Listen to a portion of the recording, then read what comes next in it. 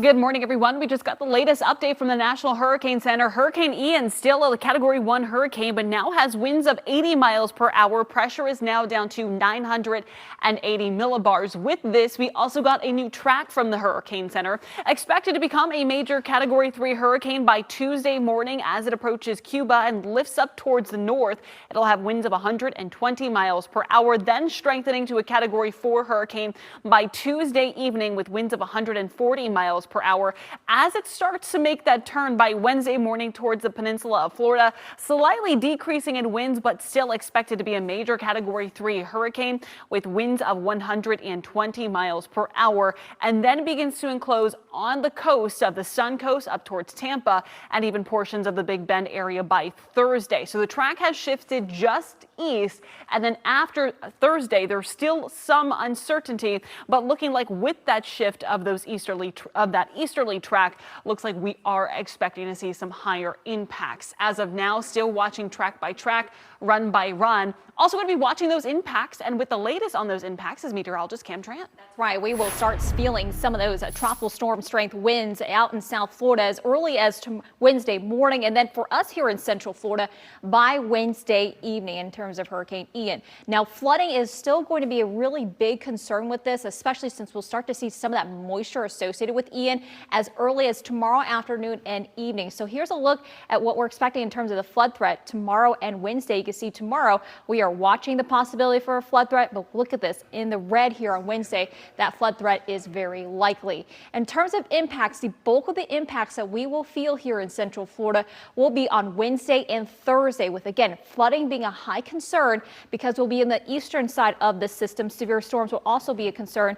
Wind gusts also a concern as well. Both of those are on the medium side. Storm surge, especially for our Atlantic beaches, are going to be low, but that is definitely a different scenario for folks along the western coast of the peninsula, where again this system will likely be hugging. So we are going to see these impacts from Ian as early as late day tomorrow, but we are going to see those impacts last through Wednesday and also Thursday. So I want to show you the tropical model now, our in-house graph model. When you overlay the latest NHC track with our in-house model, I want to show you the impacts here. So there's a lot of consensus. This will be moving into the western portions of Cuba as we go into Tuesday, and then look what happens as we go into Wednesday. This will be moving north. You can see as a Category 4 storm just into the southeastern Gulf. And then as we go into Thursday morning, that's when we'll see again that cone there. Take a look at your wind comparison graphic. You can definitely see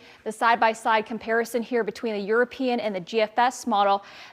In fact, the GFS is slightly more towards the east now, favoring alongside the European model. So that is something we are going to continue to monitor and also watch here. Again, Kellyanne mentioned earlier, none of us are under, or actually it looks like Orlando, it looks like they just updated the graphic. So swing with me here. I'm going to update this graphic in the view really fast here.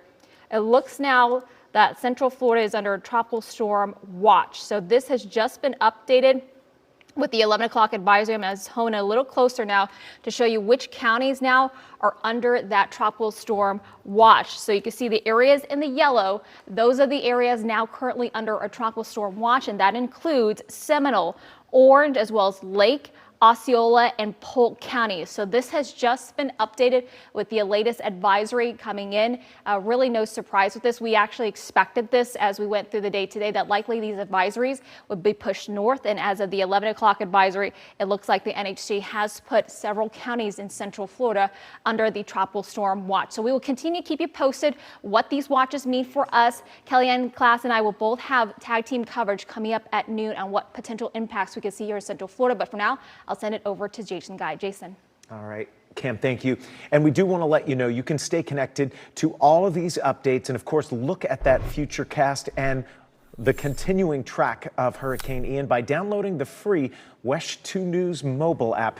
Make sure that you have turned on notifications in the app. And we do want to get back to First Warning meteorologist Kellyanne Klass as we continue talking about the forecast for our Monday ahead and what could be deteriorating conditions over the next few days as a result with Hurricane Ian. Kellyanne. Yeah, just want to remind you what a watch means. So when tropical watches are posted, that means conditions are possible within 48 hours. So now that we have a tropical storm watch in effect for portions of Central Florida, just start to prepare your home. And one of the things that you could do to prepare is obviously have those hurricane kits ready. And that timeline of the prepared is today, storm prep. Make sure that you have your storm prep finished by Tuesday. Then by Wednesday and Thursday, those impacts are expected to start. So the latest timeline really looking through this afternoon and tonight as Ian continues to strengthen. By Tuesday, outer bands begin to move through Central Florida.